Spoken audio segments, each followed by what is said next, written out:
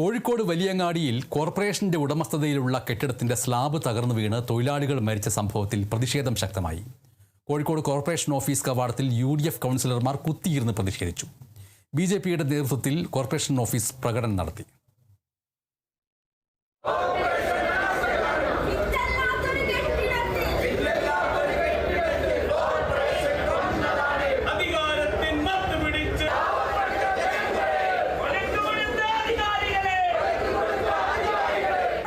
ഇന്ന് രാവിലെ UDF കൗൺസിലർമാരാണ് Kozhikode corporation office കവാടത്തിന് മുൻപിൽ ആദ്യം കുത്തിയിരുന്ന് പ്രതിഷേധം ആരംഭിച്ചത്. കോർപ്പറേഷൻ പ്രതിപക്ഷ നേതാവ് SV ഷമീൽ തങ്ങൾ, സംഭവം നടന്ന വാർഡിന്റെ councillor Fathima Thahaliya, Congress parliamentary party leader Manakkal Sasi തുടങ്ങിയവരുടെ നേതൃത്വത്തിലായിരുന്നു സമരം. അതിനിടെയാണ് BJP കോഴിക്കോട് സിറ്റി ജില്ലാ പ്രസിഡന്റ് KP പ്രകാശ് ബാബുവിന്റെ നേതൃത്വത്തിൽ പ്രവർത്തകർ മാർച്ചുമായി എത്തിയത്. മാർച്ച് കോർപ്പറേഷൻ ഗേറ്റിന് മുൻപിൽ ബാരിക്കേഡ് വെച്ച് പോലീസ് തടഞ്ഞു. ആദ്യം ബാരിക്കേഡിന് മുകളിൽ കയറിയ BJP പ്രവർത്തകർ ഉദ്ഘാടനത്തിന് പിന്നാലെ പോലീസിന്റെ കണ്ണുവെട്ടിച്ച് കോർപ്പറേഷൻ വളപ്പിലേക്ക് മതിൽ ചാടിയെത്തി. ഇവരെ പോലീസ് അറസ്റ്റ് ചെയ്ത് നീക്കി. അതിനിടെ കവാടത്തിന് മുൻപിൽ സമരം നടത്തുകയായിരുന്ന UDF കൗൺസിലർമാർക്കിടയിലൂടെ ചാടിക്കടന്ന് BJP പ്രവർത്തകർ അകത്ത് കടക്കാൻ ശ്രമിച്ചത് സംഘർഷാവസ്ഥ സൃഷ്ടിച്ചു.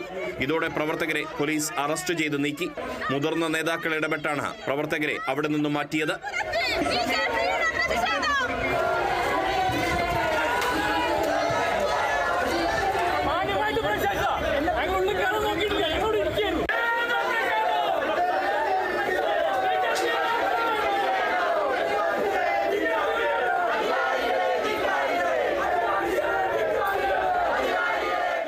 BJP പ്രവർത്തകരെ അറസ്റ്റ് ചെയ്ത് നീക്കിയ ശേഷവും UDF കൗൺസിലർമാർ പ്രതിഷേധം തുടർന്നു. ഇതോടെ പോലീസ് എത്തി ഇവരെയും അറസ്റ്റ് ചെയ്ത് നീക്കി.